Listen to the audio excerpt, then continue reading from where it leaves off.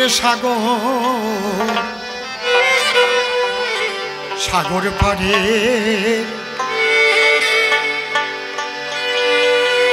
মাঝি তুমি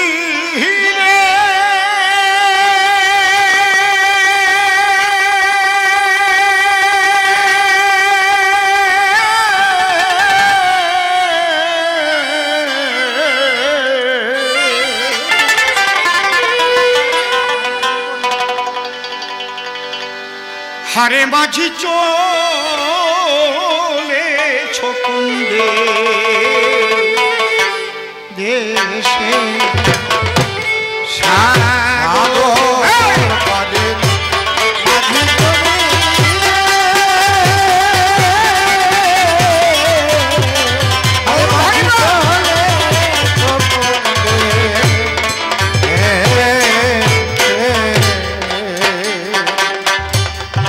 লাল সে বাদাম টেনে দিল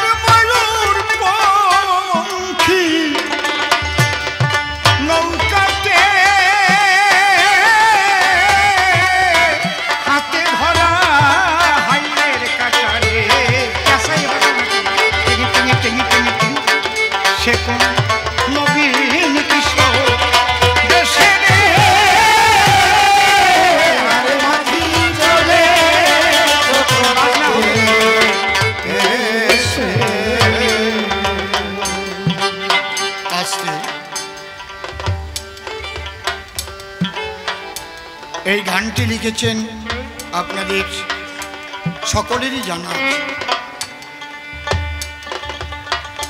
প্রেমিক কবি ভাবুক কবি সকলের প্রাণের কবি আমার দাদুগুরু পরমশ্রদ্ধ প্রয়াত পাগল বিজয় সরকার।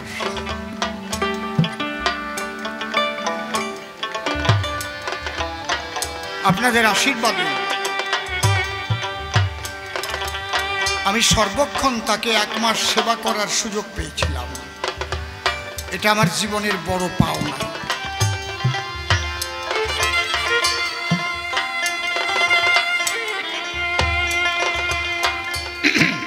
কবিরা যখন গান লেখে সেই গানের কিন্তু একটা দিক থাকে না, বিভিন্ন দিক থাকে। যার যেমন ভাব, ভাব অনুপাতে তার হয় না। তিনি কি লিখলেন? সাগর পারের মাঝি তুমি রে, হারে মাঝি চলেছ কোন দেশে। তার মানে নদীর কূলে বসে বসে কেউ বলছে, তাই তো? ও মাঝি তুমি কোথায় যাচ্ছ? লালসে বাদাম টেনে দিয়ে রে। আগে পালতোলা নৌকা যেত না, তোমার ময়ূরপঙ্খী নৌকাতে হাতে ধরা হাইলের কাটা, সে কোন নবীন কিশোর বেশে। চিরনবীন চিরকিশোরকে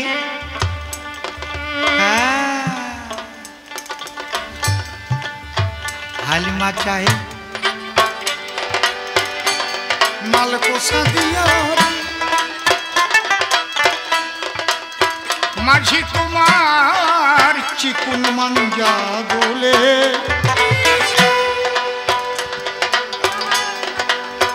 খোলা হাওয়ায় তোলা দিল রে, ও তোমার মাথার বাবরি চুলে।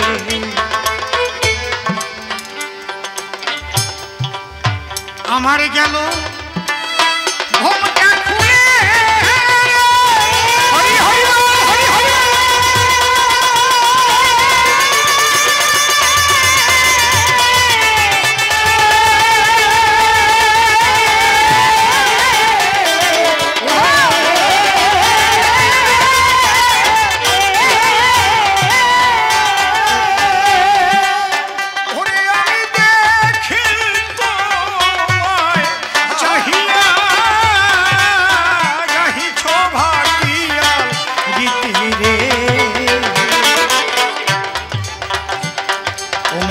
তুমি কারে ভালো ভালোবেসে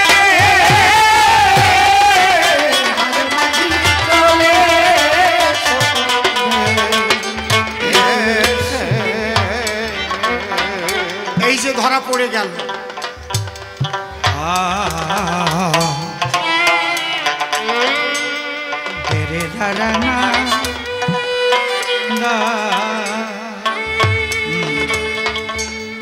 এটা কি কলাবতী নাকি? কলাবতী টাচ করছি। হ্যাঁ আস্তে আস্তে দেখেন ধরা পড়ে কি করে। পাগল বিজয় সরকার কি কলাবতী বাজাচ্ছিস কেন? মার্ডার করিস কেন? ধরাই দিলাম রাগিনী, তাও ভুল বাজাচ্ছিস।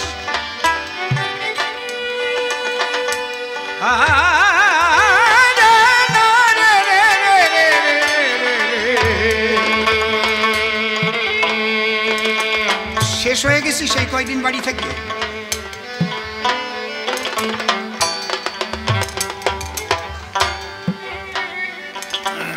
আর আমার কত মাথায় কি কি নিয়ে চলতে হয়, কিভাবে কবি গান গাই বল।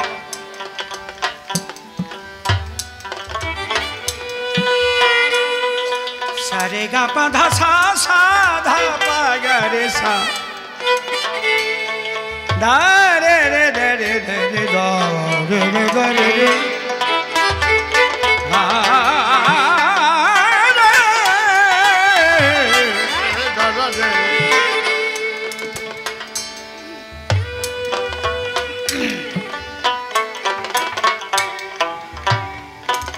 পাগল বিজয় সরকার কি মেয়ে মানুষ ছিলেন নাকি? কারো ঘরের বউটাও ছিলেন যে ঘুমটা খুলে গেল। কায়দা ধরা পড়ে গেছে চোর। এই জায়গায় হচ্ছে আমরা সবাই কি একজন পুরুষ আর সবাই আমরা প্রকৃতি। আমরা সবাই গোবিন্দের ঘরের বধূ। হরি হরি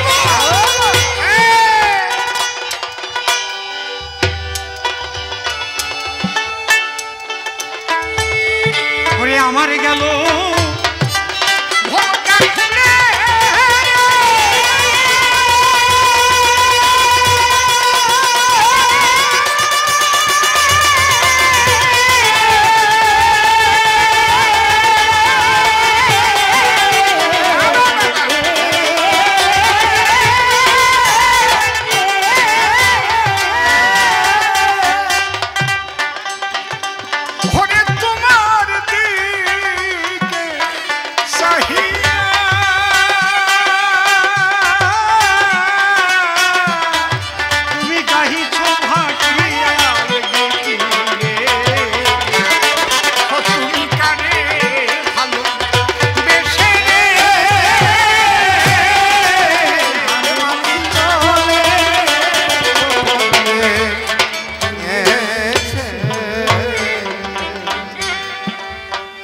জীবাত্মার গায়ে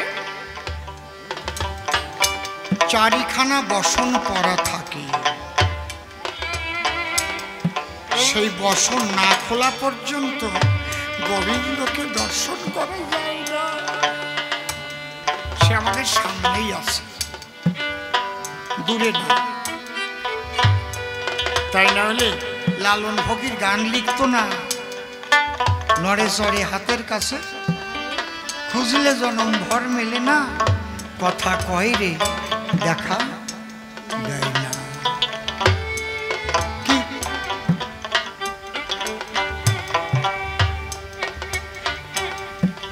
সে মানুষ তোমার সামনেই আছে, কিন্তু দেখতে পাচ্ছ না কেন? পরা পশ্যন্তি মধ্যমা বৈখুরি। গুরুর কাছে এর তত্ত্ব আছে, জিজ্ঞেস করে নেবেন।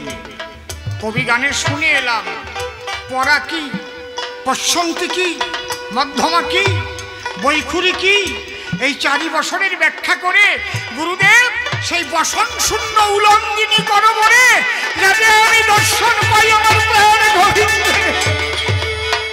কারণ ওই বসন দিয়ে ঢাকা থাকলে তো গোবিন্দ দর্শন হয়। হবে না। এই জন্য পাগল বিজয় সরকার কৃষ্ণ দর্শন পেয়েছিলেন।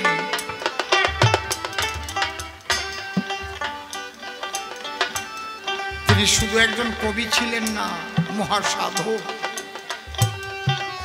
তারপরে কি বললেন? ওরে ভরা নদী, ভরা নদীর কোণের জোয়ারে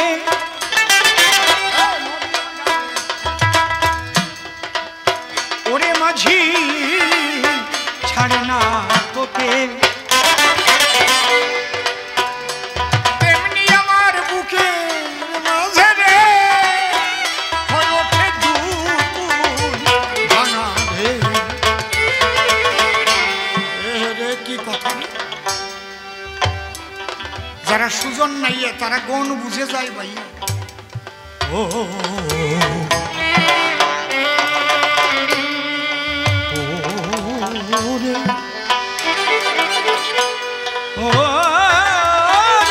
মাঝি ভাই, ও মাঝি ভাই, ওরে ভরা নদীর, ভরা নদীর কোণের জোয়ার ওরে মাঝি ছাড়ে না তোকে, তেমনি আমার বুকে মাঝে ওরে ওঠে দুকুল ভাঙা রে।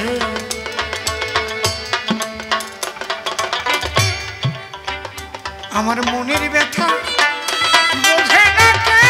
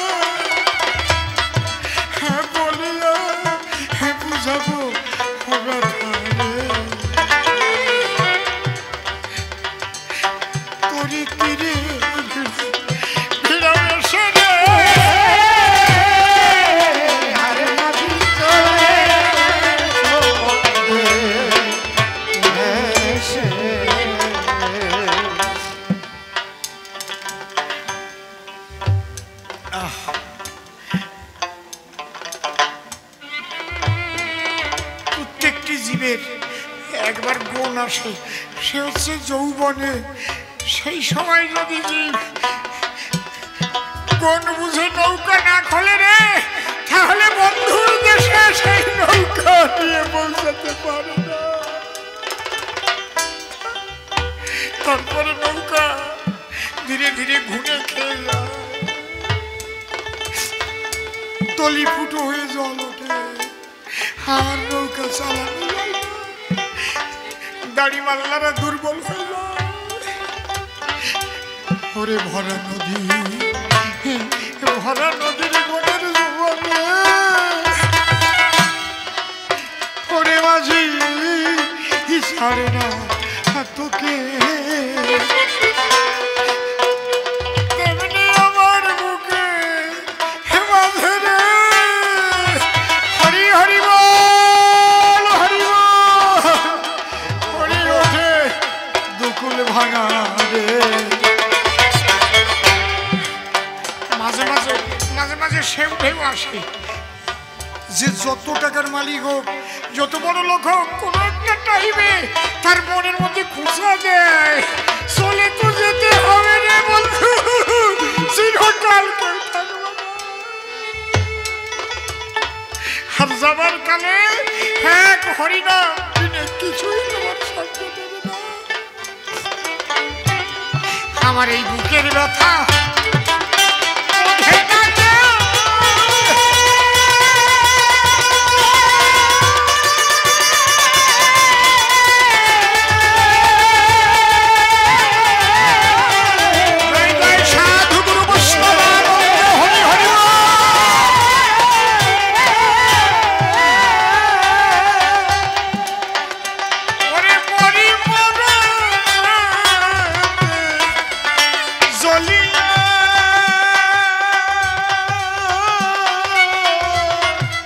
বলিয়া বুঝাবো ব্যথা রে তোরি তীরে ভিড়া এসে রে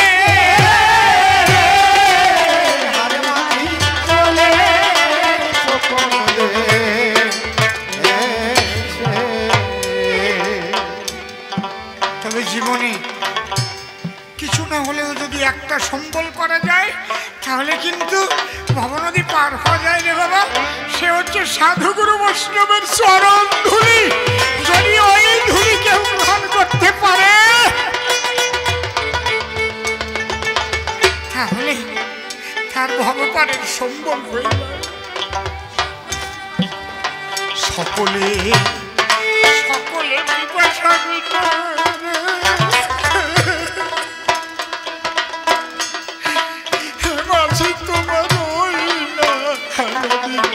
নদীর জলে ওরে কি পিপাসা বুকে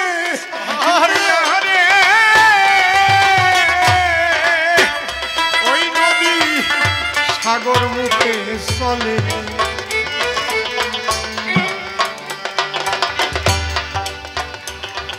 ও মানুষ, জীবন ভরে সবার আশা আকাঙ্ক্ষা সবার পিপাসা মিটে গেছো, কিন্তু তোমার পিপাসা যে কোথায় গিয়ে মিটবে তার সন্ধান কি করে দেখেছো? স্ত্রীর চাহিদা, কন্যার চাহিদা, পুত্রের চাহিদা, ভ্রাতার চাহিদা, ভগ্নীর চাহিদা মিটিয়েছ, কিন্তু তোমার জ্বালা কোথায় গিয়ে জুড়াবে গো?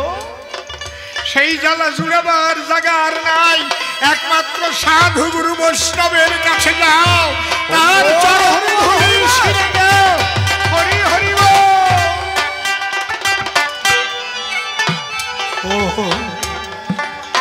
সকলে সকলে পিপাসা মিটাই রে।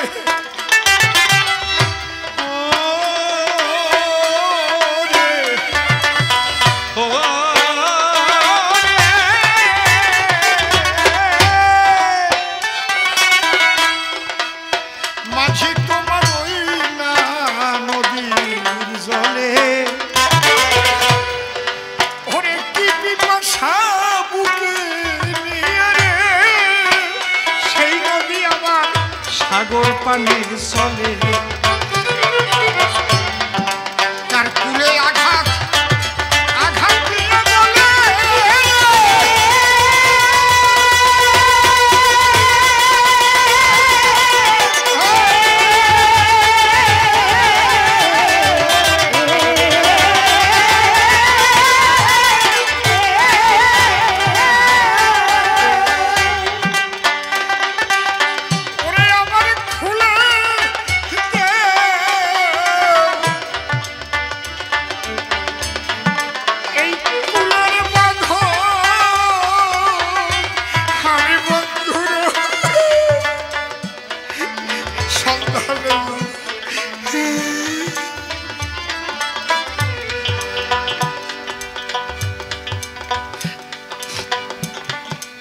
কুলের বাঁধন তোমার যত সময় না খুলবে, তুমি যতক্ষণ ভাববে আমি উচ্চ কুলে জন্ম নিয়েছি, উচ্চ বংশজাত, কৃষ্ণ প্রেম তুমি পাবে না। কুলের বাঁধন খুলে চলো একবার সাধু গুরু বৈষ্ণবের চরণ তলে।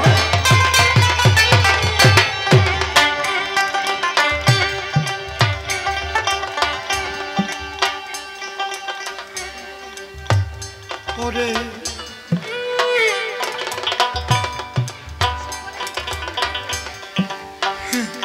সকলে পিপাসা মিটাই রে। আজি তোমার ওই না নদী জলে, ওরে কি পিপাসা বুকে নিয়ে রে। সেই নদী সাগর সাগর মুখে চলে, তার কুলের আঘাত আঘাত দিয়ে বলে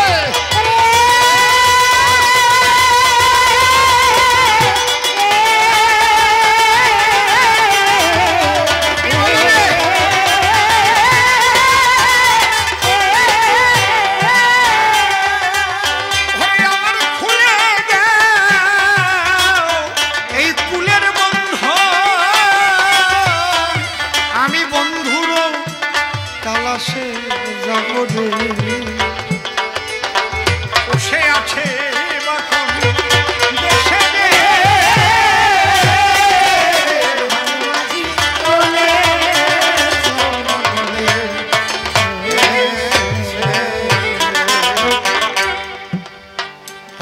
বিজয় কয়ে দরদি মাঝি রে,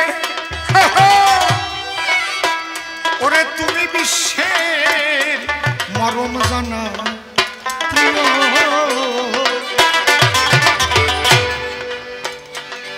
ইশারায় ডেকেল সবাই রে, উড়াইয়ে রঙিন উত্তরীয়। আরে আমার তোমার নৌকায় তুলে নিও হরে, জয় জয় রাধা কৃষ্ণ প্রেমানন্দ হরি হরি।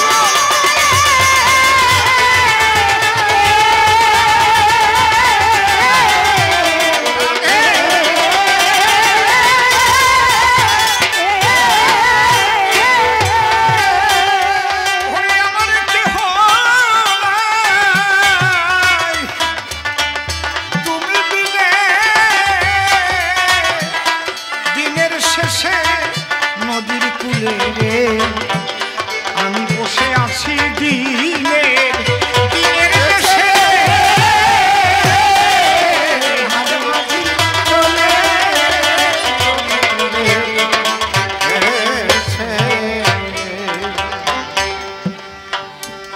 একে একে কয়েকটা প্রশ্ন করেছিল গান, আমি সাধ্য মতে ধরে ধরে দিচ্ছি তাহার সমাধান। ডেকে বলে আনন্দের জন্য জগৎ সৃষ্টি হলো, জন্ম দিয়ে কেন মৃত্যু দিল তাই আমারে। মহারাজ, এই জগতের এক নাম দুনিয়া, হাসি কান্না, আধার আলো, মন্দ ভালো, স্বামী স্ত্রী, জোয়ার ভাটা, জন্ম মৃত্যু, দুনিয়া। সৃষ্টি হয় দুনিয়া, নারী পুরুষ।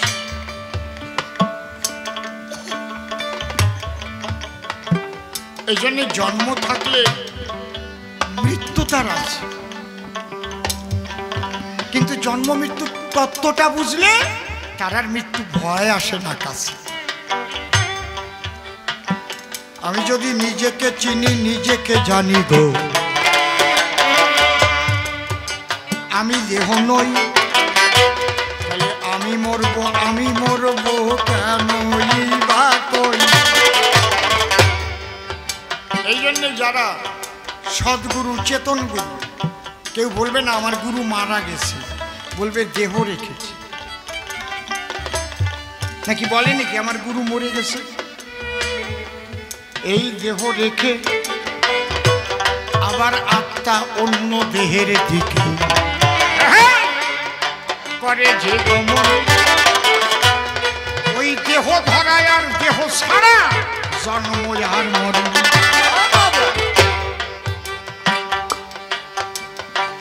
তুমি বললে যদি আমরা কেউ বুড়ো না হতাম, চুল না পাকতো, টাক না পড়তো, আচ্ছা পড়লো না, তাতে কি হয়েছে? জন্ম তো আর কমতো না, তাহলে পৃথিবীটা কতটুকু? এইরকম যদি জন্ম নীতি তাহলে থাকতো, পৃথিবীর ভারসাম্য রক্ষা হতো কি? রাজা ভেবে দেখো তাই, একটু মানুষ বেড়ে গেছে তাইতে হতেছে খাই খাই। এ কথা অতি সত্য, বেকারত্ব সারা কি দেশ ভরে। আর ওই বলদ যা কয় ওইভাবে যদি শুধু প্রোডাকশন যায় বেরিয়ে, তাহলে জমি বাড়বে না, প্রোডাকশন বাড়বে, মানুষ খাবে কি? এর জবাব তুমি দিয়ে দাও, একটু শুনে রাখি। তুমি যে কোন ধরনের রাজা, কি যে বলো। তবে শোনো, মৃত্যুটা কেন সৃষ্টি করেছে? জন্ম হলে মৃত্যু হয়, কারণ এই যে তুমি যত সুন্দর হও, যত সুন্দরী হও, এটা তোমার চিরস্থায়ী নয়।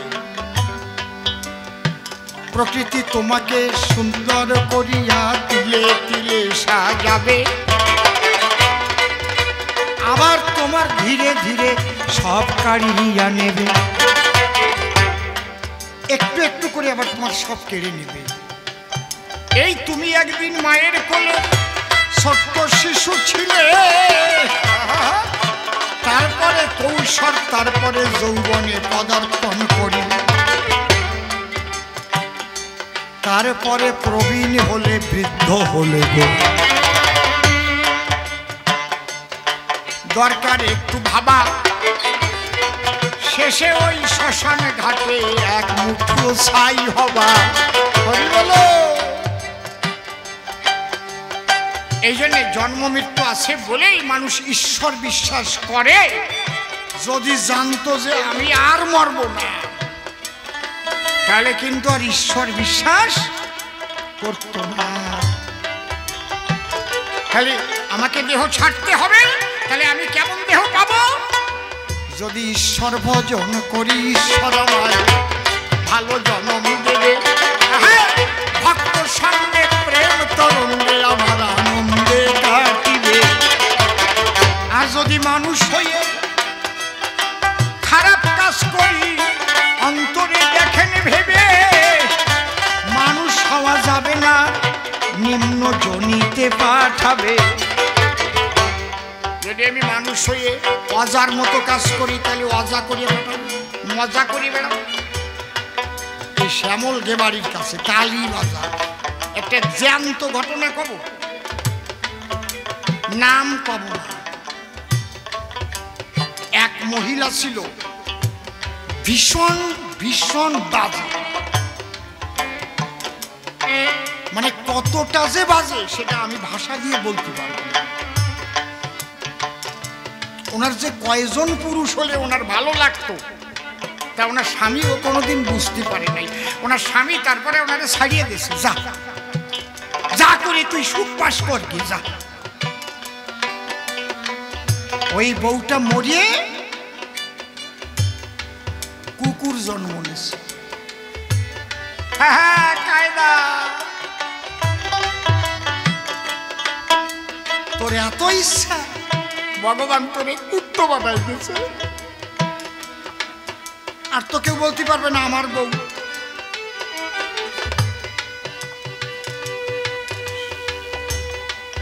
মায়া কুকুর, মায়া নারী কুকুর।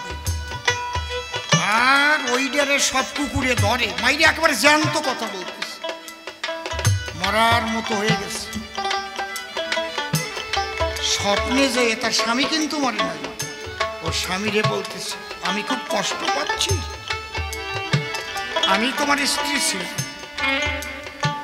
আমার আগের জন্মের অপরাধের ফলে আমি কত পুরুষ ভোগ করেছি, এবার আমি কুকুরই জন্ম পেয়েছি, আমি উঠে খাবো যে খাবার জোগাড় করতে পারি না, তুমি আমার দুটো খাবার দিয়ে যেও।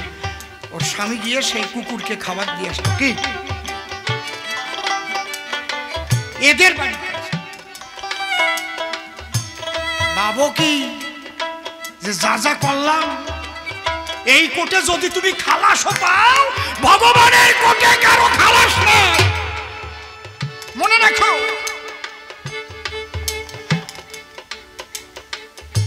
এই কোটে প্রমাণ লোপাট হতে পারে, কিন্তু ঈশ্বরের দরবারে কেউ প্রমাণ লোপাট করতে পারে না, সে সব দেখতেছে।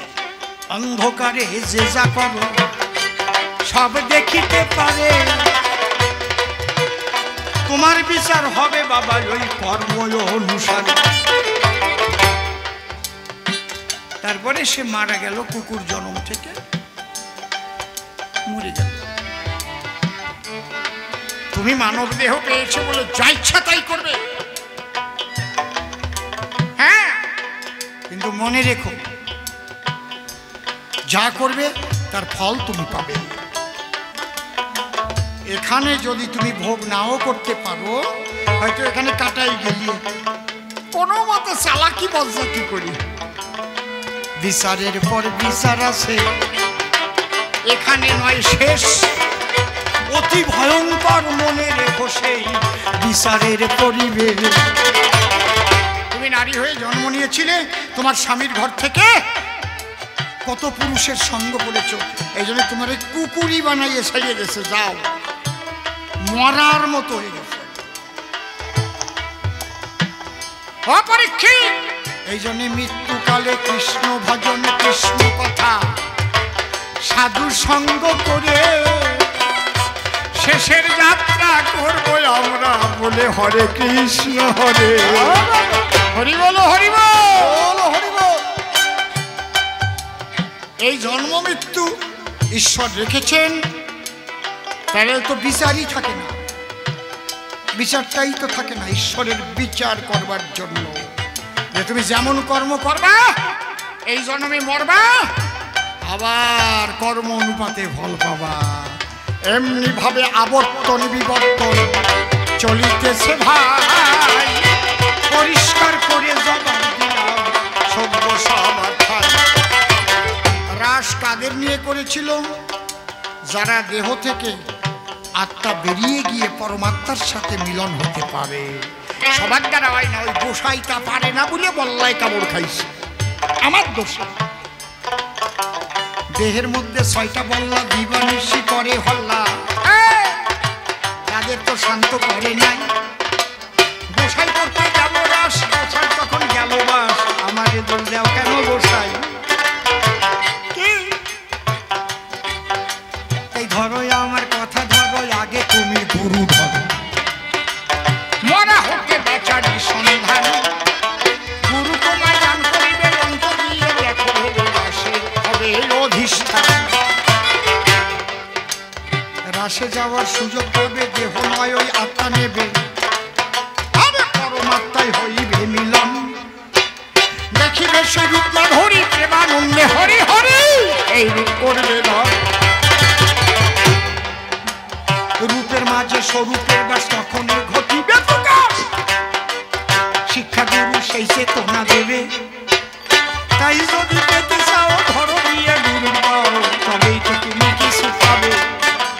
এমনি এমনি নাকি কি? এই জন্য বলছে যে শিষ্যের হবে কর্ণজনী, গুরুর জিহ্বা লিঙ্গ খানি। শিষ্যের হবে কর্ণজনী,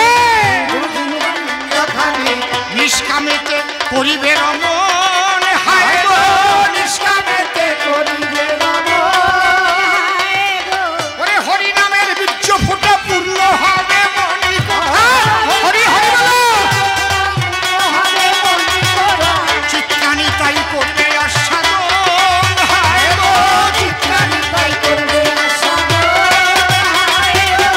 সেই গর্ভে পুত্র হলে জ্ঞানের নামক পুত্র মিলে, পুত্র হলে